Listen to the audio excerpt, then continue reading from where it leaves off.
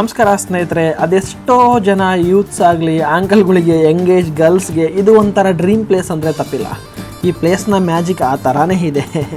ಅದೆಷ್ಟೋ ಜನ ಈ ಪ್ಲೇಸ್ಗೆ ಬರೋ ಸಲುವಾಗಿ ಮನೆಯಲ್ಲಿ ವೆರೈಟಿ ಸುಳ್ಳುಗಳು ಹೇಳಿ ಇಲ್ಲಿಗೆ ಬಂದು ಏನೇನೋ ಮಾಡಿ ಎಂಜಾಯ್ ಮಾಡ್ತಿದ್ದಾರೆ. ಸೊ ನಾನು ನನ್ನ ಫ್ರೆಂಡ್ಸ್ ಇವತ್ತು ಅಂಥದ್ದೇ ಒಂದು ಪ್ಲೇಸ್ಗೆ ಹೋಗ್ತಿದ್ದೀವಿ. ಬಟ್ ಆ ಥರ ಏನೇನೋ ಮಜಾ ಮಾಡ್ತಿಲ್ಲ.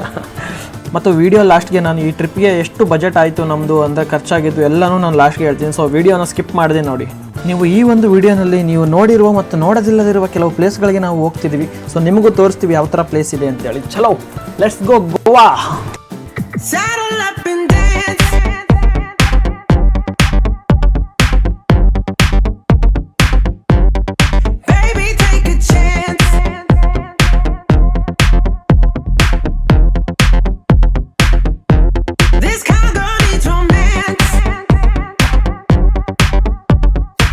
ನಮ್ಮ ಈ 3 ದಿನದ ಟ್ರಿಪ್ನಲ್ಲಿ ನಾವು ನಾರ್ತ್ ಗೋವಾ, ಸೌತ್ ಗೋವಾ ಮತ್ತು ಕ್ಯಾಪಿಟಲ್ ಸಿಟಿ ಆಗಿರುವಂತಹ ಪಂಜಿಮ್ನಲ್ಲಿರುವಂತಹ ಪ್ಲೇಸಸ್ನ ವಿಸಿಟ್ ಮಾಡ್ತಿದ್ದೀವಿ. ಮತ್ತು ಹೋಟೆಲ್ಸು, ಫುಡ್ಡು, ಟ್ರಾನ್ಸ್ಪೋರ್ಟು, ಇನ್ನು ಎಲ್ಲದರ ಬಗ್ಗೆ ನಾನು ಈ ವಿಡಿಯೋನ ಡಿಸ್ಕಸ್ ಮಾಡ್ತೀನಿ. ನಮ್ಮ ಜರ್ನಿ ಸ್ಟಾರ್ಟ್ ಆಗಿದ್ದು ನಮ್ಮೂರು, ನನ್ನ ರಾಯಚೂರಿಂದ. ನಮ್ಮ ಗೋವಾ ಬಂದುಬಿಟ್ಟು ರಾಯಚೂರಿಂದ 440 ಕಿಲೋಮೀಟರ್ ದೂರದಲ್ಲಿದೆ.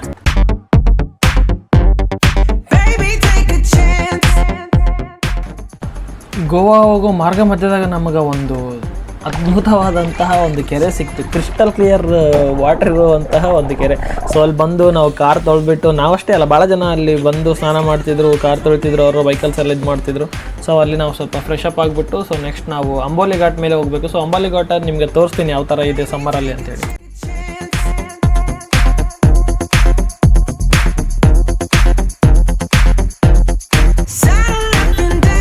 ಜಸ್ಟ್ ಬಂದು ಅಂಬೋಲಿ ಘಾಟ್ ನಾವು ರೀಚ್ ಆಗಿದ್ದೀವಿ. ಇದು ಏನು ವ್ಯೂ ಪಾಯಿಂಟ್ ಇದೆ ಅಲ್ಲ, ಇಲ್ಲಿ ಒಂದು ಅಂಬೋಲಿ ವಾಟರ್ ಫಾಲ್ ಇದೆ. ಸೊ ಈ ಒಂದು ವ್ಯೂ ಪಾಯಿಂಟ್ ಸಲುವಾಗಿ ಇಲ್ಲಿ ಇಷ್ಟೊಂದು ಸ್ಟಾಲ್ಸ್ಗಳಿದಾವೆ, ವೆಹಿಕಲ್ಸ್ಗಳೆಲ್ಲ ನಿಂತಿರ್ತಾವೆ. ಸೊ ಈ ಸಮ್ಮರ್ ಆದ ಕಾರಣ ಒಂದು ಹನಿನೂ ನೀರಿಲ್ಲ. ಸೊ ನಿಮ್ಗೆ ತೋರಿಸ್ತಿದ್ದೀನಿ ಯಾವ ಥರ ಇದೆ ಅಂತೇಳಿ. ಸ್ವಲ್ಪ ಡ್ರೋನ್ ಶಾಟ್ ತೊಗೊಂಡು ತೋರಿಸ್ತೀನಿ ಸಮ್ಮರಲ್ಲಿ ಯಾವ ಥರ ಇರುತ್ತೆ ಅಂಬೋಲಿ ಘಾಟ್ ಅಂತ ಹೇಳಿ.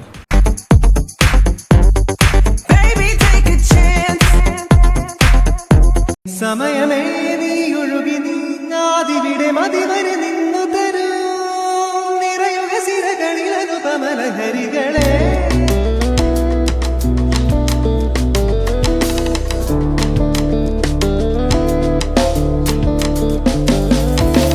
ಸ್ನೇಹಿತರೆ, ಅಂಬೋಲಿ ಘಾಟ್ ನೋಡಿದ್ರಲ್ಲ ಯಾವ ಥರ ಇದೆ ಸಮ್ಮರಲ್ಲಿ ಅಂತ ಹೇಳಿ.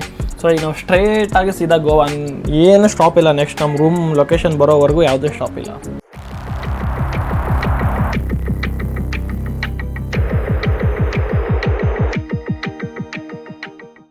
ಇನ್ನು ನಾವು ಗೋವಾಕ್ಕೆ ಬಸ್ ಮುಖಾಂತರವಾಗಿಯೂ ಹೋಗ್ಬೋದು. ಅದು ಬಿಟ್ಟರೆ ನಾವು ಏರ್ಪೋರ್ಟು ಇದಾವ ಅಂತ ನೋಡೋದಾದರೆ ಇಲ್ಲಿ ಮೇಜರಾಗಿ 2 ಏರ್ಪೋರ್ಟ್ಗಳಿದಾವೆ. ಸೌತ್ ಗೋವಾನಲ್ಲಿ ದಾಬೋಲಿಮ್ ಏರ್ಪೋರ್ಟ್ ಮತ್ತು ನಾರ್ತ್ ಗೋವಾನಲ್ಲಿ ಮನೋಹರ್ ಇಂಟರ್ನ್ಯಾಷನಲ್ ಏರ್ಪೋರ್ಟ್ ಇದಾವೆ. ಸೊ ನೀವು ಏರ್ವೇಸ್ ಮುಖಾಂತರವಾಗಿಯೂ ಗೋವಾಕ್ಕೆ ಬರ್ಬೋದು. ಅದು ಬಿಟ್ಟರೆ ಮತ್ತೆ ಟ್ರೈನ್ ಮುಖಾಂತರವಾಗಿ ಬರಬೇಕಂತಂದರೆ 2 ಮೇಜರ್ ರೈಲ್ವೆ ಸ್ಟೇಷನ್ಸ್, ಮರ್ಗೋವಾ ಮತ್ತು ವಾಸ್ಕೋಡಿಗಾಮ 2 ರೈಲ್ವೆ ಸ್ಟೇಷನ್ಸ್ ಇದಾವೆ. ಅದು ಬಿಟ್ಟು ನಾವು ವಿತಿನ್ ದ ಗೋವಾ ಹೆಂಗೆ ಓಡಾಡಬೇಕು ಅಂತಂದರೆ ಅಲ್ಲಿ ಲೋಕಲ್ ಬಸ್ಸಸ್ಸು, ಆಟೋ ರಿಕ್ಷಾಸ್ ಇದಾವೆ, ಟ್ಯಾಕ್ಸೀಸ್ ಇದಾವೆ. ಬಟ್ ಪ್ರೈಸ್ ಮಾತ್ರ ನೀವು ನೋಡಿಕೊಂಡೇ ಹೋಗ್ರಿ, ಅವ್ರು ಬಾಯಿಗೆ ಬಂದಂಗೆ ದುಡ್ಡು ಕೇಳ್ತಿರ್ತಾರೆ.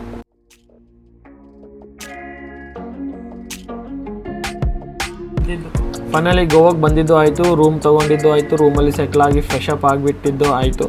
ನಮ್ಮ ರೂಮ್ ಬಂದುಬಿಟ್ಟು ಬಾಗ ಬೀಚ್ ಹತ್ರನೇ ಇದೆ. ಸೊ ಈಗ ನಾನು ಇಬ್ಬರು ಫ್ರೆಂಡ್ಸು ಬಾಗ ಬೀಚ್ಗೆ ಹೋಗೋಣ, ನೋಡ್ಕೊಂಬರೋಣ ಯಾವ ಥರ ಇದೆ ಅಂತೇಳಿ ಹೋಗ್ತಿದ್ದೀವಿ. ನಿಮಗೂ ತೋರಿಸ್ತೀವಿ ಯಾವ ಥರ ಇದೆ ಅಂತೇಳಿ, ವೇಟ್ ಮಾಡಿ. ಅದು ಎಷ್ಟೋ ಜನ ಗೋವಾ ಅಂದ್ಗಳಿಗೆ ಕನ್ಫ್ಯೂಸ್ ಆಗೋದು ಇದು ಒಂದೇ ಸಲುವಾಗಿ, ಸೌತ್ ಗೋವಾನ ಅಥವಾ ನಾರ್ತ್ ಗೋವಾನ ಅಂತೇಳಿ. So I will clarify that thing.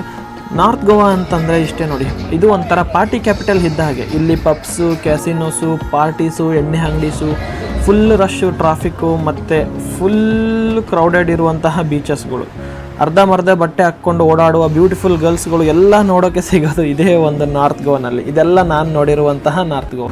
ಇನ್ನು ಸೌತ್ ಗೋವಾ ಅಂತಂದರೆ ಇಷ್ಟೇ, ಫ್ಯಾಮ್ಲೀಸ್, ಸಂಸ್ಕಾರದಿಂದ ಸಂಸಾರ ಮಾಡೋರನ್ನ ನಾವಲ್ಲಿ ನೋಡ್ತೀವಿ. ಅದು ಬಿಟ್ಟರೆ ಸ್ಕೂಲ್ಗಳು, ಕಾಲೇಜಸ್ಗಳು, ಟೆಂಪಲ್ಸ್ ಇದಾವೆ, ಚರ್ಚ್ಗಳಿದಾವೆ. ಲೆಸ್ ರಶ್ ಇರುವಂತಹ ಒಂದು ಸಿಟಿ ಮತ್ತು ಲೆಸ್ ಕ್ರೌಡೆಡ್ ಬ್ಯೂಟಿಫುಲ್ ಬೀಚಸ್ನ ನಾವು ಈ ಒಂದು ಸೌತ್ ಗೋವಾನಲ್ಲಿ ನೋಡ್ಬೋದು.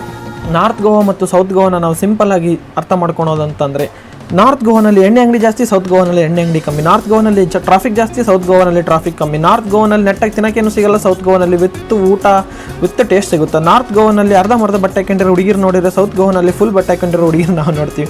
ನಾರ್ತ್ ಗೋವಾನಲ್ಲಿ ಪೀಸ್ ಕಮ್ಮಿ, ಸೌತ್ ಗೋವಾನಲ್ಲಿ ಪೀಸ್ ಜಾಸ್ತಿ. ಸ್ನೇಹಿತರೆ, ನೀವು ಇದೊಂದು ಫಿಕ್ಸ್ ಆಗಿಬಿಡಿ, ನೀವೇನಾದರೂ ನೀವು ಗೋವಾಕ್ಕೆ ಬರ್ತಿದ್ರೆ, ಅದು ಸ್ಪೆಷಲಿ ನಾರ್ತ್ ಗೋವಾಕ್ಕೆ ನೀವು ಬರ್ತಿದ್ರೆ, ಇಲ್ಲಿ ವೆಜ್ ಹೋಟೆಲ್ಗಳು ಸಿಗೋದು ಭಾಳ ಕಮ್ಮಿ. ಸಿಕ್ಕರೂ ಊಟ ಏನು ಸಿಗುತ್ತೆ ಅದೇ ಪರೋಟ ಬಿಟ್ಟರೆ ಮಾರ್ನಿಂಗ್ ರೈಸ್ ಐಟಮ್ಸು, ಅದು ಭಾಳ ಕಮ್ಮಿ ರೈಸ್ ಐಟಮ್ಸ್ಗಳಿದ್ದಾವೆ. ಅದು ಬಿಟ್ಟರೆ ಹುಳಿ ಆಗಿರುವಂತಹ ದೋಸೆ, ಅದು ಎಷ್ಟು ದಿನ ಹಿಟ್ಟಿಂದೋ ಏನೋ ಗೊತ್ತಿಲ್ಲ, ಆ ದೋಸೆ, ಅದೇ ಪುಲ್ಕಗಳು ಇಷ್ಟೇ ಸಿಗೋದು, ಮತ್ತೇನೂ ಸಿಗೋದಿಲ್ಲ.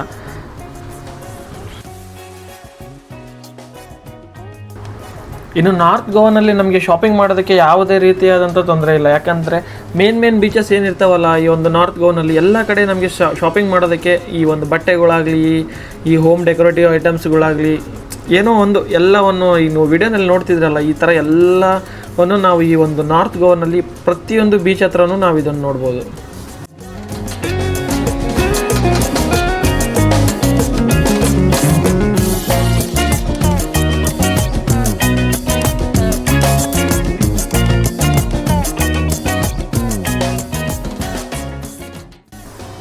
ಈಗ ನೀವು ನೋಡ್ತಿರೋ ಇವು ಸ್ಪೆಷಲ್, ಎಲ್ಲ ಕಡೆ ಸಿಗೋದಿಲ್ಲ. ಸೊ ಕೆಲವೊಂದು ಬೀಚಸ್ಗಳು, ಕೆಲವೊಂದು ಏರಿಯಾಗಳಲ್ಲಷ್ಟೇ ಈ ಥರ ಒಂದು ಉಕ್ಕ ಪಾಟ್ಗಳು ಅವೆಲ್ಲ ನಮಗೆ ನೋಡೋಕೆ ಸಿಗ್ತವೆ.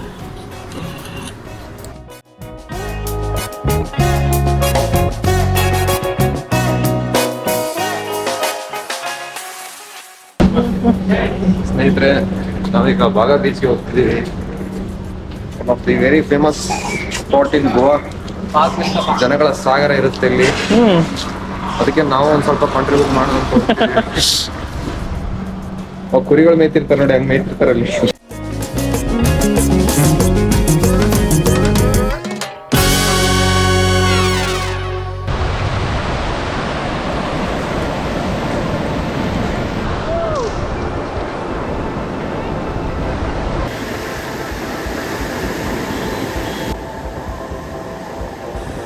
ಸ್ನೇಹಿತರೆ, ಈಗ ನಾವು ಇರೋದು ಬಾಗಾ ಬೀಚ್. ಗೋವಾನಲ್ಲಿ ಫೇಮಸ್ ಆಗಿರುವಂತಹ ಬೀಚ್ಗಳಲ್ಲಿ ಇದು ಒಂದು ಬಾಗಾ ಬೀಚ್, ಅಂದರೆ ಜಾಸ್ತಿ ಕ್ರೌಡ್ ಇರುವಂತಹ ಬೀಚ್ಗಳಲ್ಲಿ ಇದು ಒಂದು. ಸೊ ನಾವೀಗ ಇಲ್ಲಿಂದ ಸೀದಾ ರೂಮ್ಗೆ ಹೋಗಿ ಜಸ್ಟ್ ನೋಡ್ಕೊಂಡು ಹೋಗೋಣ ಅಂತ ಬಂದಿದ್ದೀವಿ ಅಷ್ಟೇ. ನಾವು ಸ್ವಲ್ಪ ಹೊರಗಡೆ ಹೋಗಿ ಸುತ್ತಾಡಿಕೊಂಡು ಬಂದು ಇಲ್ಲಿ ನಿಮ್ಗೆ ಡೈರೆಕ್ಟಾಗಿ ನೈಟ್ ತೋರಿಸ್ತೀನಿ, ಇಲ್ಲಿ ಯಾವ ಥರ ಇರುತ್ತೆ ಬಾಗಾ ಬೀಚಲ್ಲಿ, ಏನೋ ನೈಟ್ ನೆಕ್ಸ್ಟ್ ಲೆವೆಲ್ ಲೈಟಿಂಗ್ಸ್ ಇರ್ತಾವಂತ, ಪಾರ್ಟಿ ನಡೀತಿರ್ತಾವಂತ, ಎಲ್ಲನೂ ನಾನು ನಿಮ್ಗೆ ತೋರಿಸ್ತೀನಿ ನೆಕ್ಸ್ಟ್ ವೀಡಿಯೋನಲ್ಲಿ. ರೂಮ್ಗೆ ಹೋಗ್ಬಿಟ್ಟು ಎಲ್ಲರೂ ರೆಡಿಯಾಗಿ, ಈಗ ಇಲ್ಲಿ ಒಂದು ಚರ್ಚ್ ಇದೆ, ಬೆಸಿಲಿಕಾ ಆಫ್ ಬಾಮ್ ಜೀಸಸ್ ಅಂತೇಳಿ. ಸೊ ಆ ಚರ್ಚ್ನ ನೋಡೋಣ ಅಂತೇಳಿ ಹೋಗ್ತಿದ್ದೀವಿ. ಇಲ್ಲಿಂದ ಸುಮಾರು ಒಂದು 20 ಕಿಲೋಮೀಟರ್ ಇದೆ ನಮ್ಮ ರೂಮಿಂದ. ಸೊ ಹೋಗಿ ತೋರಿಸ್ತೀನಿ ಇಲ್ಲಿ ಯಾವ ಥರ ಇದೆ ಆ ಚರ್ಚ್ ಅಂತೇಳಿ, ನಿಮಗೂ ಎಕ್ಸ್ಪ್ಲೋರ್ ಮಾಡಿಸ್ತೀನಿ.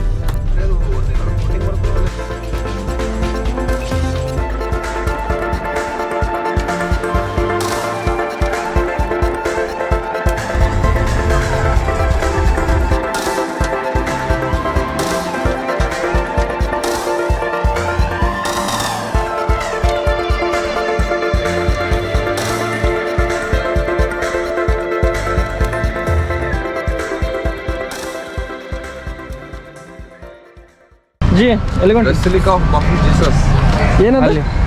ಏನೇನಪ್ಪ ಚರ್ಚ್. ಸ್ನೇಹಿತರೆ, ಫೈನಲಿ ನಮ್ಮ ಡೆಸ್ಟಿನೇಷನಿಗೆ ಬಂದು ನಾವು ರೀಚ್ ಆಗಿದ್ದೀವಿ, ಬೆಸಿಲಿಕಾ ಆಫ್ ಬಾಮ್ ಜೀಸಸ್ ಚರ್ಚ್ಗೆ. ಸೊ ಒಳಗಡೆ ಹೋಗೋಣ, ಯಾವ ಥರ ಇದೆ ಅಂತೇಳಿ ನಾನು ನಿಮ್ಮ ನೆಕ್ಸ್ಟ್ ವೀಡಿಯೋನಲ್ಲಿ ತೋರಿಸ್ತೀನಿ.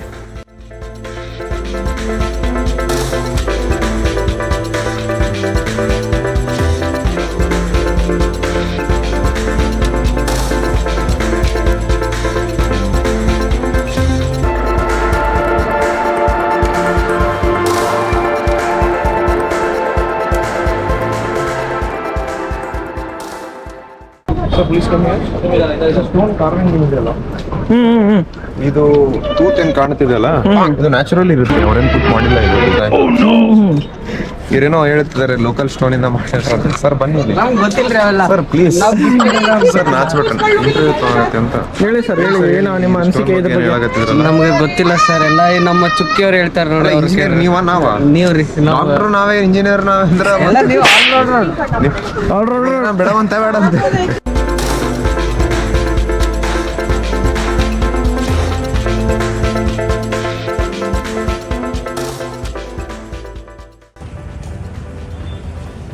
ನಮಸ್ತೆ ಸುಧಾ. ನೋಡ್ರಿ ಸ್ನೇಹಿತರೆ, UK ಪಯಣಿಗ ಹೇಗೆ ಕಷ್ಟಪಟ್ಟು ವಿಡಿಯೋ ಮಾಡ್ತಾ ಇದ್ದಾನೆ.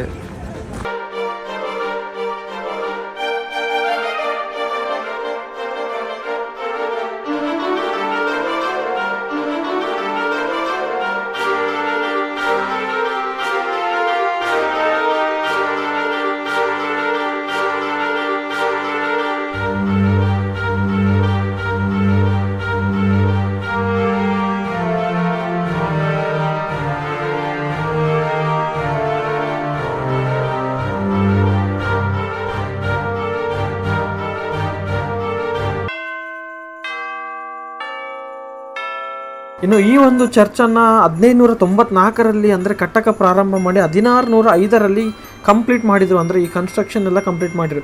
ಅಂದಿನಿಂದ ಇಂದಿಗೆ ಅಂದರೆ ಇವತ್ತಿನವರೆಗೂ ಇದಕ್ಕೆ 420 ವರ್ಷಗಳ ಇತಿಹಾಸವನ್ನು ಉಂಟು.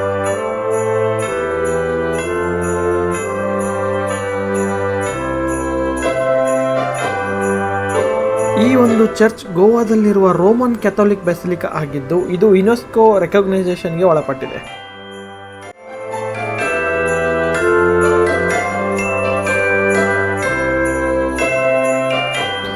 ಈ ಒಂದು ಚರ್ಚ್ನ ವಿಶೇಷತೆ ಏನಂತ ಅಂದರೆ ಈ ಒಂದು ಚರ್ಚ್ನಲ್ಲಿ ನಾವು ಸಂತ ಫ್ರಾನ್ಸಿಸ್ ಜಾವಿಯರ್ ಏನಿದಾರಲ್ಲ ಅವರ ಮೃತ ಅವಶೇಷಗಳನ್ನು ನಾವು ಇಂದಿಗೂ ಇಲ್ಲಿ ನಾವು ನೋಡಬಹುದು. ಅವರ ಒಂದು ಬಾಡಿಯನ್ನು ಇಲ್ಲಿ ಸಂಸ್ಕರಣೆ ಮಾಡಿಡಲಾಗಿದೆ. ಎಲ್ಲ ಸಾರ್ವಜನಿಕರು ಅದನ್ನು ವೀಕ್ಷಿಸಬಹುದು. ಈ ಒಂದು ಬೆಸಿಲಿಕಾ ಪೋರ್ಚುಗೀಸ್ ಅವರ ಭಾರತದ ರಾಜಧಾನಿಯಾದ ಓಲ್ಡ್ ಗೋವಾನಲ್ಲಿ ನಾವು ನೋಡಬಹುದು. ಇನ್ನು ಈ ಒಂದು ಚರ್ಚ್ನ ಬಗ್ಗೆ ನಾವು ತಿಳ್ಕೊಬೇಕು ಅಂತಂದರೆ ಅದೇ ಒಂದು ಚರ್ಚ್ನಲ್ಲಿ ಒಂದು ಮ್ಯೂಸಿಯಂ ಇದೆ. ಸೊ ಆ ಮ್ಯೂಸಿಯಂನಲ್ಲಿ ನಾವು ಎಲ್ಲ ಕಡೆ ಓಡಾಡಿದರೆ ನಮಗೆ ಚರ್ಚಿನ ಬಗ್ಗೆ ಫುಲ್ ಮಾಹಿತಿ ನಮಗೆ ಸಿಗ್ತದೆ. ಸೊ ನಿಮಗೂ ನಾನು ತೋರಿಸ್ತೀನಿ ಯಾವ ಥರ ಇದೆ ಏನಿದೆ ಮ್ಯೂಸಿಯಂ ಅಂತ ಹೇಳಿ.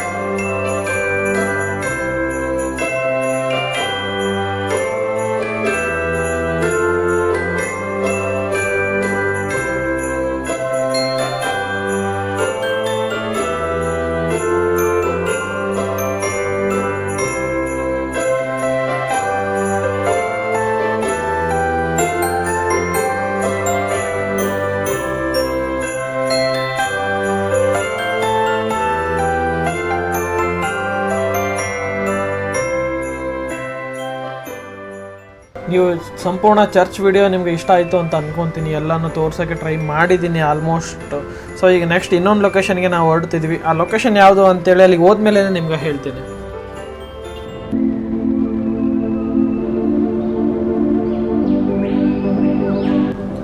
ಇವಾಗ ನಾವು ಹೋಗ್ತಿರುವಂತಹ ಒಂದು ಪ್ಲೇಸ್ ಗೋವಾದ ರಾಜಧಾನಿಯಾದ ಪಣಜಿನಲ್ಲಿದೆ. ಸೊ ಮೊದಲು ಪಣಜಿ ನೋಡ್ಕೊಂಬನ್ನಿ. ಪಣಜಿ ಇದು ಅಟಲ್ ಬ್ರಿಡ್ಜ್ ಯಾವ ಥರ ಇದೆ ಅಂತೇಳಿ ನೋಡ್ಕೊಂಬನ್ನಿ.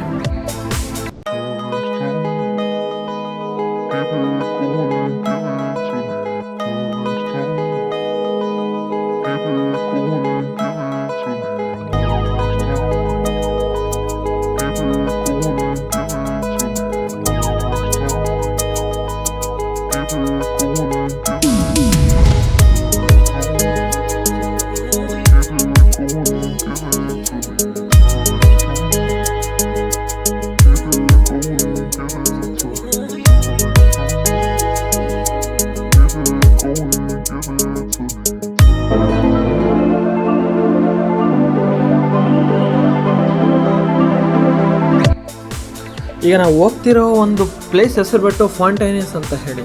ಸೊ ಇವೆಲ್ಲ ಫೇಮಸ್ ಆಗಿರೋದು ಏನಂದರೆ it's well preserved Portuguese colonial ಆರ್ಕಿಟೆಕ್ಚರ್ಗೆ ಮತ್ತು ಇದರ ವೈಬ್ರೆಂಟ್ ಅಟ್ಮಾಸ್ಫಿಯರ್ಗೆ ಇದು ಭಾಳ ಫೇಮಸ್ ಆಗಿದೆ. ಇವು ತಮ್ಮ ಕಲರ್ಫುಲ್ ಮನೆಗಳಿಗೆ ಭಾಳ ಅಂದರೆ ಭಾಳ ಹೆಸರುವಾಸಿಯಾಗಿದೆ. ಅಲ್ಲದೆ ಇವು ಪೋರ್ಚುಗೀಸ್ ಶೈಲಿಯಲ್ಲಿರೋ ಮನೆಗಳು. ಕಿರಿದಾದ ಬೀದಿಗಳಲ್ಲಿ ಎಷ್ಟು ಚಂದ ಕಟ್ಟಿದಾರೆ ಮನೆಗಳಂದರೆ ಅಷ್ಟು ಸೂಪರಾಗಿ ಮನೆಗಳು ಕಟ್ಟಿದ್ದಾರೆ.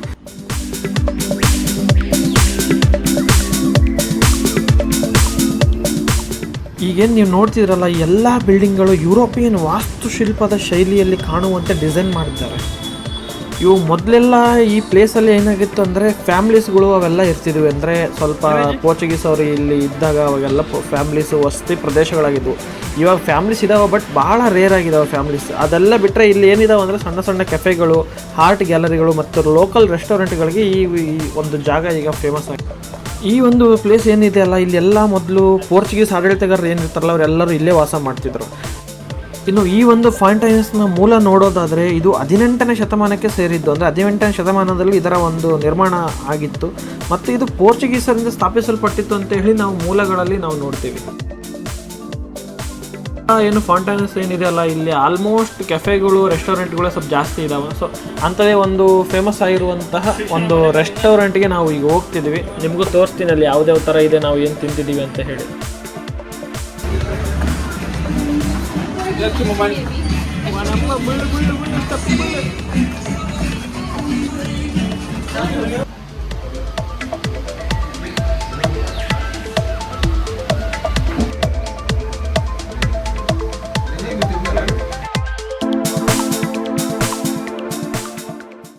ಈ ಕೆಫೆನಲ್ಲಿ ಅದೇನೇನೋ ತಿಂದ್ವಿ, ಸ್ವೀಟ್ಸು ಮತ್ತು ಸ್ವಲ್ಪ ಪೇಸ್ಟ್ರೀಸು ಅದೆಲ್ಲ ತಿಂದ್ವಿ. ಏನೇನೋ ಹೆಸರುಗಳಿದ್ವು, ಬೆಬಿನ್ಕಾ ಅಂತೇಳಿ ಇಲ್ಲಿ ಫೇಮಸ್ ಅಂತೇಳಿ ಸ್ವೀಟು, ಅದೊಂದು ತಿಂದಿದ್ವಿ.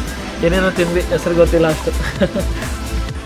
ಸೊ ಇವಾಗ ಡ್ರೋನ್ ಶಾಟ್ ಹಾಕ್ತೀನಿ, ನೋಡ್ಕೊಂಬನ್ನಿ ಡ್ರೋನ್ ವ್ಯೂನಲ್ಲಿ ಈ ಒಂದು ಫಾಂಟೈನ್ಸ್ ಯಾವ ಥರ ಕಾಣಿಸುತ್ತೆ ಅಂತೇಳಿ ಒಂದ್ಸತಿ ನೋಡ್ಕೊಂಬನ್ನಿ.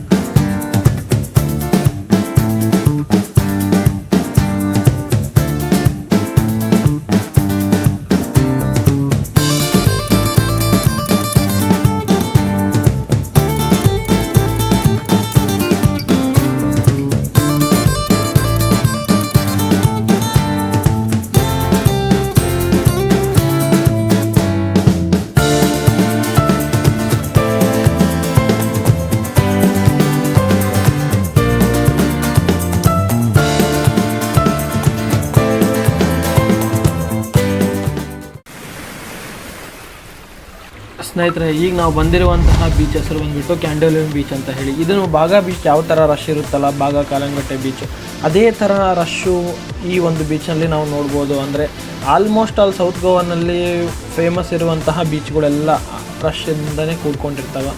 ಇಲ್ಲಿ ನಾವು ವಾಟರ್ ಆ್ಯಕ್ಟಿವಿಟೀಸು ಅವೆಲ್ಲವನ್ನು ನಾವು ಈ ಒಂದು ಬೀಚಲ್ಲಿ ನಮ್ಗೆ ಆಟ ಆಡೋಕ್ಕೆ ಸಿಗ್ತವೆ. ನೋಡಿ ಮುಂದೆ ಯಾವ ಥರ ಇದೆ ಅಂತ ಹೇಳಿ.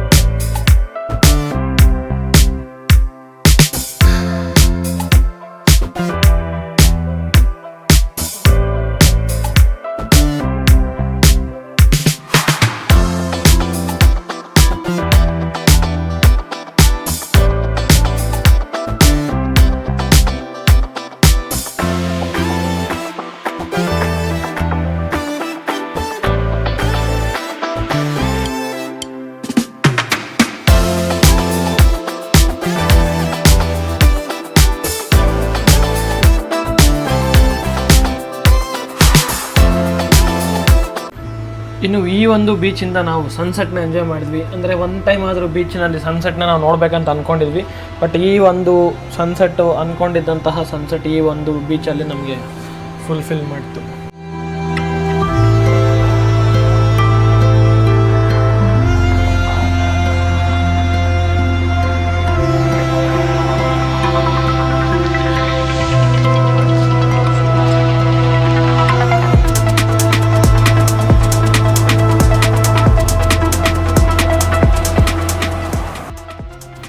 ಈಗ ನೆಕ್ಸ್ಟ್ ಈ ಒಂದು ಲೊಕೇಶನ್ ಆದಮೇಲೆ ನೆಕ್ಸ್ಟ್ ಅಂಜುನಾ ಬೀಚ್ ಅಂತಿದೆ. ಸೊ ಅಲ್ಲಿಗೆ ಹೋಗೋಣ. ಅಲ್ಲಿ ಏನೋ ನೆಕ್ಸ್ಟ್ ಲೆವೆಲ್ ವ್ಯೂ ಇದೆ, ನೈಟ್ ಟೈಮ್ ಮಸ್ತ್ ಕಾಣಿಸುತ್ತೆ. ನಾವೇನೋ ಕೂಡ ಹತ್ರನೇ ನೀರೆಲ್ಲ ವೇವ್ಸ್ ಎಲ್ಲ ಬರ್ತಿರ್ತಾವಂತ ನಾವು ಕೇಳಿದ್ವಿ. ಸೊ ಅಲ್ಲಿ ಹೋಗಿ ನೋಡೋಣ ಯಾವ ಥರ ಇರುತ್ತೆ ಅಂತೇಳಿ ಮುಂದೆ ವೀಡಿಯೋನಲ್ಲಿ ತೋರಿಸ್ತೀನಿ, ವೇಟ್ ಮಾಡಿ. ಇನ್ನು ನೀವು ವಿಡಿಯೋದಲ್ಲಿ ನೋಡಿದ ಹಾಗೆ ಪ್ರತಿಯೊಂದು ಬೀಚ್ ನಾವು ಎಲ್ಲಿ ನಾರ್ತ್ ಗೋವಾನಲ್ಲಿ ಹೋಗ್ತೀವಲ್ಲ, ಪ್ರತಿಯೊಂದು ಬೀಚಿಗೆ ಹೋದ್ರೂ ನಮಗೆ ಈ ಥರ ಶಾಪಿಂಗ್ ಮಾಡೋದಕ್ಕೆ ನಮಗೆ ಲಾಟ್ ಆಫ್ ವೆರೈಟೀಸ್ ಐಟಮ್ಸ್ ಇರ್ತಾವೆ. ಸೊ ನೀವು ಏನಾದರೂ ತೊಗೋಬೋದು. ಅಂದರೆ ಈ ಒಂದು ನಾರ್ತ್ ಗೋವಾನಲ್ಲಿ ಎಲ್ಲ ಬೀಚ್ಗಳಲ್ಲಿ ಇದೊಂದು ಫೆಸಿಲಿಟೀಸ್ ಮಸ್ತ್ ಇದೆ. ಬೀಚ್ ಎಷ್ಟು ಮಸ್ತಿದೆ ಅಂದರೆ ನೀವೇ ನೋಡ್ತಿರ್ಬೋದು ಯಾವ ಥರ ವೇವ್ಸ್ ಬರ್ತಿದ್ದಾವೆ. ಅಲ್ಲೇ ಕೂತ್ಕೊಂಡಿದ್ದಾರೆ, ಅಲ್ಲೇ ಊಟ ಮಾಡ್ತಿದ್ದಾರೆ, ಕುಡಿತಿದ್ದಾರೆ, ಎಲ್ಲನೂ ಮಾಡ್ತಿದ್ದಾರೆ. ಅಲ್ಲಿಗೆ ವೇವ್ಸ್ಗಳು ರೀಚ್ ಆಗ್ತಿದ್ದಾವೆ. ಆ ಒಂದು ಸ್ವರ್ಗ ಏನು ಹೇಳ್ಬೇಕು, ಆ ವೈಬೇ ಬೇರೆ ಥರ ಇದೆ ಇಲ್ಲಿ. ಮಿಸ್ ಮಾಡಬೇಡಿ ನೀವು, ಇನ್ ಕೇಸ್ ಏನಾದರೂ ಹೋದರೆ ನೈಟ್ ಟೈಮ್ ಮಾತ್ರ ಮಿಸ್ ಮಾಡಬೇಡಿ ಇಲ್ಲಿ.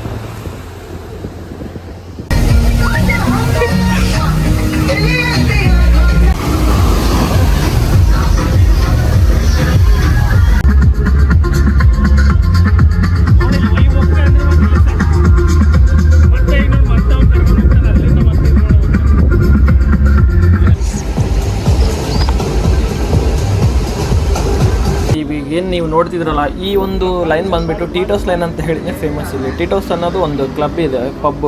ಆ ಒಂದು ಪಬ್ ಸಲುವಾಗಿ ಈ ಒಂದು ಲೈನ್ಗೆಲ್ಲ ಟೀಟೋಸ್ ಲೈನ್ ಅಂತಲೇ ಫುಲ್ ಫೇಮಸ್ ಆಗಿದೆ. ಸೊ ಇಲ್ಲೆಲ್ಲ ಹೆಂಗಂತಂದರೆ ಆ ಪಬ್ಬಿಗೆ ಹೊರಗಡೆ ಜನನ ಅಟ್ರಾಕ್ಷನ್ ಮಾಡಬೇಕು ಅಂತ ಹೇಳಿ ರಷ್ಯನ್ ಇವ್ರನ್ನ ಬೇರೆ ಬೇರೆ ಫಾರಿನ್ ಹುಡುಗಿಯರನ್ನೆಲ್ಲ ಅರ್ಧಂಬರ್ಧ ಬಟ್ಟೆ ಹಾಕಿಬಿಟ್ಟು ಹೊರಗಡೆ ಎಂಟ್ರೆನ್ಸಿಗೆ ಕುಣಿಯೋಕೆ ಹಚ್ಚಿರ್ತಾರೆ. ಸೊ ಅವ್ರು ಕುಣಿದು ಒಳಗಡೆ ಅಟ್ರಾಕ್ಟ್ ಆಗಿ ಪಬ್ಬಲ್ಲಿ ಬರಲಿ ಅನ್ನೋದು ಈ ಒಂದು ಗಿಮಿಕ್.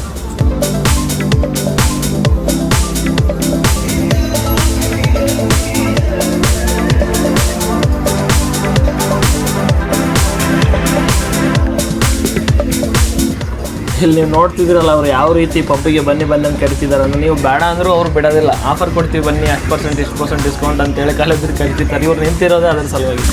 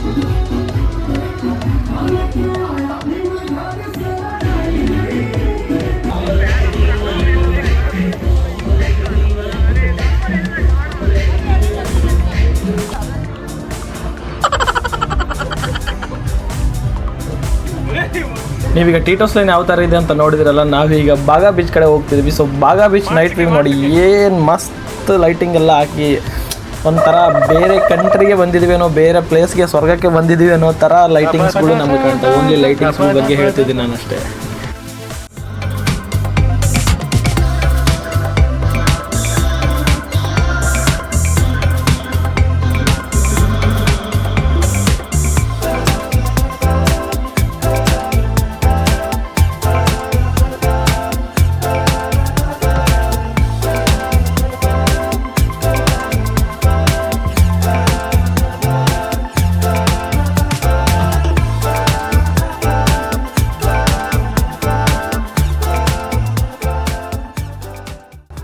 ನೈಟ್ ಟೈಮ್ ಮಾತ್ರ ಗೋವಾ ಹೇಳ್ತೀನಲ್ಲ ಸ್ನೇಹಿತರೆ, ಅಷ್ಟು ಚಿಲ್ಲಿರುತ್ತಾ, ಅಷ್ಟು ಪಾರ್ಟಿ ಮೂಡಲ್ಲಿರುತ್ತೆ. ಅಂದರೆ ಆ ರೇಂಜಿಗೆ ಪಾರ್ಟಿ ಮೂಡಲ್ಲಿರುತ್ತೆ. ನೀವು ನೋಡ್ತಿರ್ಬೋದು, ಇಲ್ಲಿ ಜನಗಳನ್ನ ಅಟ್ರ್ಯಾಕ್ಟ್ ಮಾಡೋ ಸಲುವಾಗಿ ಪ್ರತಿಯೊಂದು ಶಾಪ್ ಅವರು ಈ ಥರ ಅವರವರೇ ಈ ಒಂದು ಲೈಟಿಂಗ್ನ ಅರೇಂಜ್ಮೆಂಟ್ ಮಾಡಿಕೊಂಡು, ಇಲ್ಲೇನು ನಾವೇನು ದುಡ್ಡು ಕೊಟ್ಟು ಕೂಡಬೇಕಂತ ಏನಿಲ್ಲ, ಜಸ್ಟ್ ಕೂಡ್ಬೋದು. ಏನಾದರೂ ನಿಮಗೆ ಬೇಕಿದ್ರೆ ಅಲ್ಲೇ ಅವ್ರದ್ದು ಒಂದು ಶಾಪಲ್ಲೇ ನಾವು ಬೈ ಮಾಡ್ಕೊಂಡು ತಿಂದರೆ ಮುಗೀತು.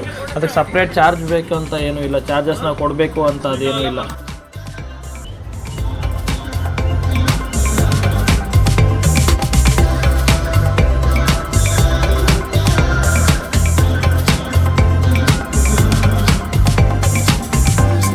ಸ್ನೇಹಿತರೆ, ಇಲ್ಲಿವರೆಗೂ ನೀವು ನೋಡಿದ್ದೆಲ್ಲನೂ ನಾರ್ತ್ ಗೋವಾ ಬಗ್ಗೆ ನಾವೆಲ್ಲೆಲ್ಲಿ ಹೋಗಿದ್ದೀವಿ ಅಲ್ಲೆಲ್ಲನೂ ನಿಮ್ಗೆ ತೋರ್ಸೋಕ್ಕೆ ಟ್ರೈ ಮಾಡಿದ್ದೀನಿ. ಎಲ್ಲ ನಿಮ್ಗೆ ಇಷ್ಟ ಆಗಿದೆ ಅಂದ್ಕೊಂಡಿದ್ದೀನಿ. ಸೊ ಈಗ ನೆಕ್ಸ್ಟ್ ನಾವು ಸೌತ್ ಗೋವಾ ಹೋಗ್ತೀವಿ. ಅಲ್ಲಿ ಬೀಚು, ಕೆಲವೊಂದು ಕೋಟೆಗಳಿದ್ದಾವೆ, ಅವೆಲ್ಲ ನಮ್ಗೆ ತೋರ್ಸೋಕ್ಕೆ ನಾವು ಟ್ರೈ ಮಾಡ್ತೀನಿ. ವೇಟ್ ಮಾಡಿ ಆ ವಿಡಿಯೋ ಸಲುವಾಗಿ.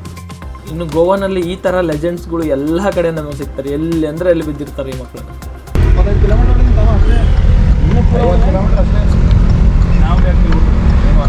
ನಾವು ನಾರ್ತ್ ಗೋವಾ ಎಲ್ಲ ಮುಗಿಸ್ಕೊಂಡು ಇವಾಗ ಸೌತ್ ಗೋವಾ ಕಡೆ ಹೋಗ್ತಿದ್ವಿ. ಬಟ್ ಏನು ಮಾಡಬೇಕು, ದಾರ್ಯಾಗ ಇವರಿಬ್ಬರು, ನಾನು ಕಾರ್ ಓಡಿಸ್ತೀನಿ, ನೀನು ಕಾರ್ ಓಡಿಸ್, ಸ್ವಲ್ಪ ಡ್ರೋನ್ ಶಾಟ್ ತೊಗೊಳಕ್ಕೆ ನಿಂತಿದ್ವಿ. ಸೊ ಡ್ರೋನ್ ಶಾಟ್ ಮುಗಿದ್ಮೇಲೆ ಇವರಿಬ್ಬರು ಸ್ಟಾರ್ಟ್ ಮಾಡಿದ್ರು, ನಾನು ಓಡಿಸ್ತೀನಿ ನೀನು ಓಡಿಸ್ತೀನಿ ಅಂತ ಜಗಳ ಆಡಕ್ಕೆ. ಮೀನಾಕ್ಷಿ, ಎಂಥ ಒಳ್ಳೆ ಮಕ್ಕಳಿಗೆ ಜನ್ಮ ಕೊಟ್ಟೆ. ಒಂದೊಂದು ಮುತ್ತು ಕಡೆ ತಪಸ್ಸು ಮಾಡಿ ಪಡಿಬೇಕಿಂತ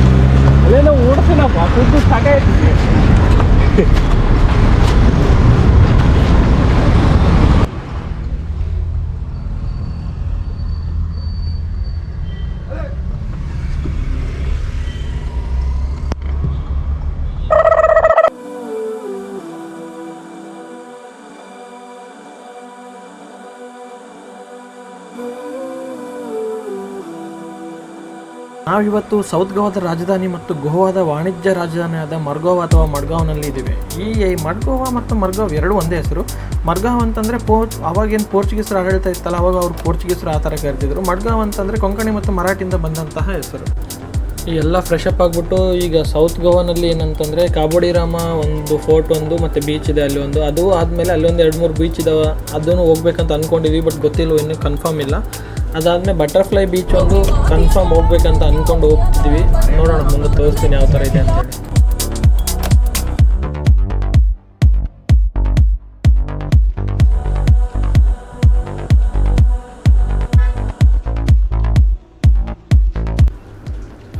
ನಾವೀಗ ಕಾಬೋಡಿ ರಾಮ ಫೋರ್ಟ್ಗೆ ಬಂದಿದ್ದೀವಿ.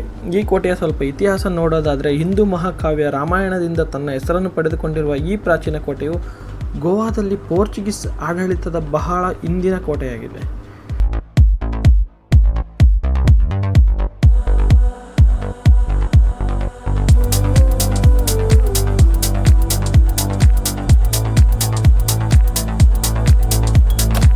ಇನ್ನು ಈ ಕೋಟೆ ಗೋವಾದಾಗ ಎಲ್ಲಿ ಬರ್ತದಪ್ಪ ಅಂತಂದರೆ, ಗೋವಾದ ಕೆನಕೋನ ಕೋಸ್ಟಲ್ ಇದೆಯಲ್ಲ, ಆ ಒಂದು ಕೋಸ್ಟಲ್ನಲ್ಲಿರುವಂತಹ ಒಂದು ಕೋಲಾ ಎಂಬ ಗ್ರಾಮದಲ್ಲಿ ಈ ಒಂದು ಕೋಟೆಯನ್ನು ನಾವು ನೋಡ್ಬೋದು. ಇನ್ನು ಈ ಕೋಟೆಯ ಒಂದು ಹೆಸರಿನ ದಂತಕಥೆ ಅಂತಂದರೆ, ಈ ಕೋಟೆ ರಾಮಾಯಣದ ನಾಯಕನಾದ ಭಗವಾನ್ ರಾಮನಿಂದ ಈ ಕೋಟೆಗೆ ಒಂದು ಹೆಸರು ಬಂದದ. ಇದು ಹೆಂಗಪ್ಪ ಅಂತಂದರೆ, ರಾಮ ಮತ್ತು ಅವರ ಪ್ರೀತಿಯ ಪತ್ನಿ ಸೀತಾ ಅವರಿಬ್ಬರು ಅಯೋಧ್ಯೆಯಿಂದ ಗಡೀಪಾರು ಮಾಡಲ್ಪಟ್ಟ ಸಮಯ ಏನಿರ್ತಲ್ಲ, ಆ ಸಮಯದಲ್ಲಿ ಅವರು ಇಲ್ಲಿ ಬಂದು ಆಶ್ರಯ ಪಡೆದಿದ್ದಾರೆ ಅಂತಂದು ಹೇಳಲಾಗ್ತದೆ. ಆದ್ದರಿಂದ ಈ ಕೋಟೆ ಮತ್ತು ಕೇಪ್ಗೆ ಅವರ ಹೆಸರು ಬಂದದ ಅಂತೇಳಿ ಭಾಳ ಜನ ನಂಬಿಕೆ. ಇನ್ನು ಈ ಕೋಟೆ ಏನೈತಲ್ಲ, ಈ ಕೋಟೆ ಹಲವಾರು ಬಾರಿ ಅಂದರೆ ಹಿಂದೂ ಮತ್ತು ಮುಸ್ಲಿಂ ರಾಜರ ಕೈ ಬದಲಾವಣೆ ಆಗ್ತಾನೆ ಇತ್ತು. ಅವರು ಆಡಳಿತ ಮಾಡ್ತಿದ್ರು. ಆಮೇಲೆ ಹಿಂದೂ ರಾಜರು, ಆಮೇಲೆ ಯುವರಾಜಗಳಿಗೆ ಮುಸ್ಲಿಂ ರಾಜರು, ಇವರು ಹಿಂಗೆ ವಶಪಡಿಸ್ಕೊತ ಇದ್ದರು. ಇದನ್ನು ಪೋರ್ಚುಗೀಸರು ಯಾವಾಗಪ್ಪ ಅಂದರೆ 1763ರಲ್ಲಿ ಸೋಂದ ರಾಜನ ನಿಯಂತ್ರಣದಲ್ಲಿದ್ದ ಈ ಒಂದು ಕೋಟೆಯನ್ನು ವಶಪಡಿಸ್ಕೊತಾರೆ. ಅಂದರೆ ಅವರಿಂದ ಯುದ್ಧ ಮಾಡಿ ಗೆದ್ದು ವಶಪಡಿಸಿಕೊಂಡು ಇದರ ಮೇಲೆ ನಿಯಂತ್ರಣವನ್ನು ಅವರು ಸಾಧಿಸ್ತಾರೆ. ಪೋರ್ಚುಗೀಸರು ಏನು ವಶಪಡಿಸ್ಕೊಂಡಲ್ಲ, ಈ ಕೋಟೆ ವಶಪಡಿಸಿಕೊಂಡಾಗ ಹೆಂಗೆ ಮಾಡ್ತಿದ್ರು ಅಂದರೆ, ಮಿಲಿಟ್ರಿ ಕೋಟೆಯಾಗಿದ್ದನ್ನ ಬಳಕೆ ಮಾಡ್ತಿದ್ರು. ಇಲ್ಲೆಲ್ಲ ಯುದ್ಧದ ಸಾಮಾನುಗಳು ಇಡೋದಾಗಲಿ, ಅವರ ಅಧಿಕಾರಿಗಳನ್ನ ಇಲ್ಲಿ ಅಂದರೆ ಅಧಿಕಾರಿಗಳು ಬಂದು ಇಲ್ಲಿ ಇರೋದಾಗಲಿ ಅವೆಲ್ಲ ಮಾಡ್ತಿದ್ರು.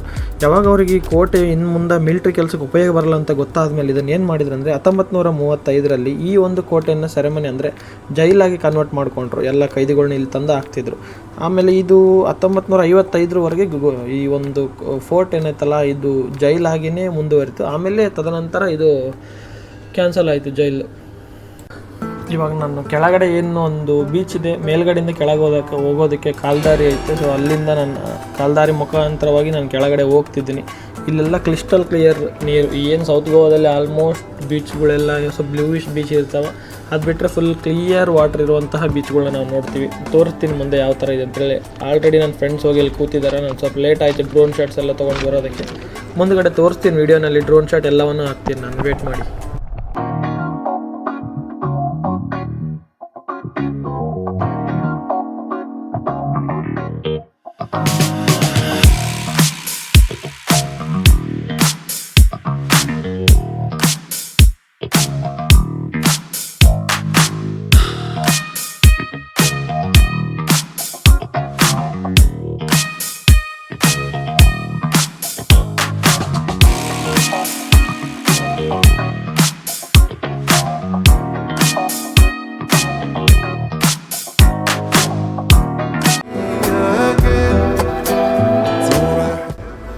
ಇವಾಗ ನಾವು ಬಟರ್ಫ್ಲೈ ಬೀಚ್ಗೆ ಹೋಗ್ತಿದ್ವಿ. ಅಂದರೆ ಈಗ ಏನು ನಡ್ಕೊಂಡು ಹೋಗ್ತಿದ್ವಿ ಅಂತಂದರೆ, ಇಲ್ಲಿ ಮೇನ್ ಕಾರ್ ಪಾರ್ಕಿಂಗ್ ಲಾಟಿಂದ ಹಿಡಿದು ಈ ಬೀಚ್ವರೆಗೆ ಅಂದರೆ ಪ್ರೈವೇಟ್ ವೆಹಿಕಲ್ಗಳಿಗೆ ಹಲೋ ಇಲ್ಲ. ಅಂದರೆ ಹಲೋ ಐತೆ ಈ ಮಕ್ಕಳು ಮಾಡ್ಕೊಂಡಿರೋ ಒಂದು ರೂಲ್ಸ್ಗಳು ಅಷ್ಟೇ. ಸೊ ನಾವು ಅವ್ರ ಜೀಪಲ್ಲಿ ಹೋಗ್ಬೇಕಂದ್ರೆ ಪರ್ ಹೆಡ್ 300 ಸಮಥಿಂಗ್ ಕೇಳಿದರು, ಬೇಡ ಅಂತೇಳಿ. 2.5 ಕಿಲೋಮೀಟರ್ ಅಷ್ಟೇ ದೂರ ಇರೋದು.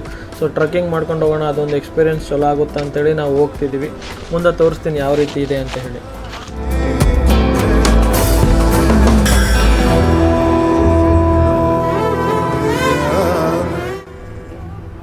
ಇವಾಗ ಏನು ನೀವು ನೋಡ್ತಿದ್ರಲ್ಲ, ಇಲ್ಲಿ ಬೈಕ್ಸ್ ಇರಲಿ, ಅದು ಒಂದು ಜಿಪ್ಸಿ ನಿಂತಿರೋದು, ಇಲ್ಲಿವರೆಗೆ ಆ ಒಂದು ಟ್ರೆಕ್ಕಿಂಗ್ ಪಾಯಿಂಟ್ ಎಂಡ್ ಆಗುತ್ತೆ. ಅಂದರೆ ಸ್ವಲ್ಪ ಮುಂದ್ಗಡೆ ಇನ್ನೂ ಹೋಗಬೇಕು.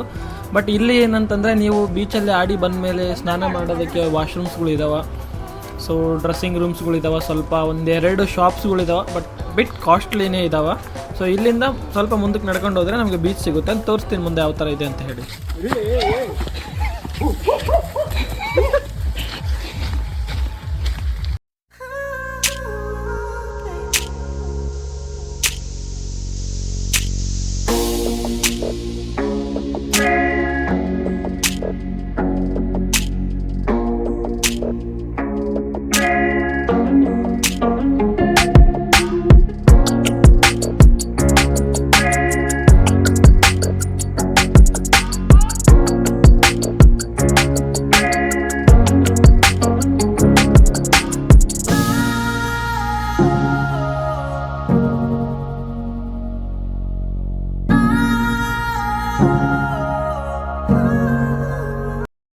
ಫೈನಲಿ ಬಟರ್ಫ್ಲೈ ಬೀಚ್ಗೆ ಬಂದ್ವಿ. ನೋಡಿದ್ರಲ್ಲ ಡ್ರೋನ್ ಶಾಟಲ್ಲಿ ಯಾವ ಥರ ಇದೆ ಬೀಚ್ ಅಂತ ಹೇಳಿ. ಮುಂದೆ ಮತ್ತೆ ಇನ್ನೂ ಡ್ರೋನ್ ಶಾಟ್ ಹಾಕ್ತೀನಿ. ಈ ಒಂದು ಬಟರ್ಫ್ಲೈ ಬೀಚು ಈ ಒಂದು ಸೌತ್ ಗೋವಾನಲ್ಲಿ ಲೆಸ್ ಕ್ರೌಡೆಡ್ ಬೀಚಲ್ಲಿ ಭಾಳ ಫೇಮಸ್ ಆಗಿರುವಂತಹ ಬೀಚ್ ಇದು ಒಂದು. ಈ ಒಂದು ಬೀಚಲ್ಲಿ ಅಂದರೆ ಬೋಟಿಂಗ್ ಒಂದೇ ಆಪ್ಷನ್ ಇರೋದು. ಅದು ಬಿಟ್ಟರೆ ಈ ಒಂದು ತೀರದಲ್ಲಿ ನಾವು ಏನು ಮಾಡಬೇಕಂದ್ರೆ ಸ್ವಿಮ್ ಮಾಡ್ಬೋದು ಅಷ್ಟೇ. ಈ ಒಂದು ಬೋಟಿಂಗ್ ಏನಪ್ಪ ಅಂತಂದರೆ ಬಾಜುನೇ ಹನಿಮೂನ್ ಬೀಚ್ ಅಂತ ಒಂದು ಬೀಚ್ ಇದೆ. ಸೊ ಅಲ್ಲಿವರೆಗೂ ಇವರು ಬೋಟಲ್ಲಿ ಕರ್ಕೊಂಡೋಗಿ ನಮಗೆ ವಾಪಸ್ ಕರ್ಕೊಂಡ್ಬರ್ತಾರೆ. ಬಟ್ ಅಲ್ಲಿ ಏನೋ ಹನಿಮೂನ್ ಬೀಚಲ್ಲಿ ನಾವು ಇಳಿದು ಅಲ್ಲಿ ಓಡಾಡೋಕ್ಕೇನೋ ಪರ್ಮಿಷನ್ ಇಲ್ಲ ಅಂತೇಳಿ, ಏನೋ ರಿಸ್ಟ್ರಿಕ್ಟೆಡ್ ಏರಿಯಾ ಇದೆ ಅಂತೇಳಿ ಸಲುವಾಗಿ ಇವರು ಜಸ್ಟ್ ಅಲ್ಲಿವರೆಗೂ ಬೋಟಿಂಗ್ ಕರ್ಕೊಂಡೋಗಿ ಅಲ್ಲಿಂದ ವಾಪಸ್ ತಂದು ಇಲ್ಲಿಗೆ ಬಿಡ್ತಾರೆ. ಇನ್ನು ಈ ಒಂದು ಬೀಚ್ನಲ್ಲಿ ಅಂದರೆ ಜಾಸ್ತಿ ಏನು ಎಕ್ಸ್ಪ್ಲೋರ್ ಆಗಿಲ್ಲ ಈ ಬೀಚು. ಸೊ ಅದಕ್ಕೆ ನೀಟ್ ಇದೆ. ಸೊ ಇದೇ ಥರ ನೀಟ್ ಉಳಿಸ್ಕೊಂಡು ಹೋಗೋ ಜವಾಬ್ದಾರಿ ನಮ್ಮದು. ಸೊ ನೀವೇನಾದರೂ ಹೋದಾಗ ಪ್ಲಾಸ್ಟಿಕ್ಸ್ ಆಗಲಿ ಏನೋ ತಿನ್ನೋಕೆ ತೊಗೊಂಡು ಹೋಗಿದ್ರೆ ವಾಪಸ್ ತೊಗೊಂಡು ಬನ್ನಿ. ಇಲ್ಲ ಅಲ್ಲೇ ಒಂದು ಡಸ್ಟ್ಬಿನ್ ವ್ಯವಸ್ಥೆ ಸಹ ಐತೆ. ಆ ಒಂದು ಡಸ್ಟ್ಬಿನ್ನಲ್ಲಿ ಹಾಕಿ ಎಲ್ಲಿ ಬೇಕಲ್ಲಿ ಬಿಸಾಡಿ ಬೇರೆಯವ್ರಿಗೆ ಬಂದಂಥ ಬೇರೆಯವ್ರನ್ನ ಅದನ್ನು ನೋಡಿ ಅಸಹ್ಯ ಪಡೋ ಥರ ಮಾಡಬೇಡಿ. ಈ ಒಂದು ಬಟರ್ಫ್ಲೈ ಬೀಚ್ಗೆ ಬಟರ್ಫ್ಲೈ ಬೀಚ್ ಅಂತ ಹೆಸರು ಯಾಕೆ ಬಂತು ಅಂತ ಹೇಳೋದಾದರೆ, ಮೇಲ್ಗಡೆಯಿಂದ ನೋಡಿದರೆ ಬಟರ್ಫ್ಲೈನ ಅರ್ಧ ಭಾಗ ವಿಂಗ್ಸ್ ಏನಿರ್ತಾ ಬಟರ್ಫ್ಲೈ ಇದು ರೆಕ್ಕೆಗಳು, ಆ ರೆಕ್ಕೆಗಳು ಶೇಪಲ್ಲಿ ಈ ಒಂದು ಬೀಚ್ ಕಾಣಿಸುತ್ತಾ, ಅದ್ರ ಸಲುವಾಗಿ ಈ ಥರ ಹೆಸರು ಬಂತು ಅಂತೇಳಿ ಲೋಕಲೈಟ್ಸ್ ಹೇಳ್ತಾರೆ. ನಾನು ನಿಮ್ಗೆ ತೋರಿಸ್ತೀನಿ ಯಾವ ಥರ ಅಂತ ಹೇಳಿ. ಈಗ ಗೋವಾ ವಿಡಿಯೋ ಕಂಪ್ಲೀಟ್ ಆಗ್ತದೆ. ಸೊ ನೀವೆಲ್ಲರೂ ಎಂಜಾಯ್ ಮಾಡಿದ್ರಿ ಅಂತ ಅಂದ್ಕೊಂಡಿದ್ದೀನಿ. ಈ ಒಂದು ವಿಡಿಯೋ ಏನಿಲ್ಲ ಅಂತಂದ್ರೆ 25 to 30 ಮಿನಿಟ್ಸ್ ಅಂತ ನಾನು ಅಂದ್ಕೊಂಡು ವಿಡಿಯೋ ಮಾಡಿದ್ದೆ. ಸೊ ಇನ್ನೂ ಜಾಸ್ತಿನೇ ಆಗಿದೆ. ಸೊ ಯಾರು ಬೇಜಾರು ಮಾಡ್ಕೊಳ್ಳಾರ್ದ ನೋಡಿ, ನೀವು ಎಂಜಾಯ್ ಮಾಡೋದು ಮಾತ್ರ ಪಕ್ಕ ಈ video full. Thank you for watching all. ಇದೇ ಥರ ಸಪೋರ್ಟ್ ಮಾಡಿ.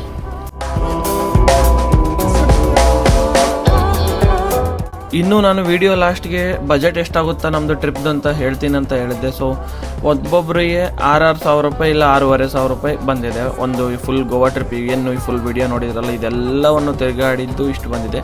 ನಾವು 4 ಜನ ಹೋಗಿರೋದ್ರಿಂದ ಎಲ್ಲರೂ ಈಕ್ವಲ್ ಆಗಿ ಡಿವೈಡ್ ಮಾಡ್ಕೊಂಡಿದ್ದೀವಿ. ಎಲ್ಲಿ ಹೋದ್ರು ಊಟದ್ದಾಗಲಿ ರೂಮಿಂದಾಗಲಿ ಎಲ್ಲವನ್ನೂ ನಾವು ಸ್ಪ್ಲಿಟ್ ಮಾಡ್ಕೊಂಡಿದ್ದೀವಿ. ಸೊ ಆ ಥರ ಆಗಿದ್ದರಿಂದ ಇಷ್ಟು ಕಮ್ಮಿ ಬಂದಿದೆ. ಇನ್ನು ಕಮ್ಮಿ ಏನಕ್ಕೆ ಇದರಲ್ಲಿ ನಾವು ಕಂಡ್ಕೊಂಡಿದ್ದು ತಿಂದಿದ್ದೀವಿ, ಕಂಡ್ಕೊಂಡಿದ್ದು ಸಾಮಾನು ತೊಗೊಂಡಿದ್ದೀವಿ ಮನೆ ಸಲುವಾಗಿ ಅಂತೇಳಿ ಅದು ಇದು. ಸೊ ಇವೆಲ್ಲ ಇನ್ಕ್ಲೂಡ್ ಆಗಿ ಇಷ್ಟು 6,000 ರೂಪಾಯಿ ಬಜೆಟ್ ಆಗಿದೆ.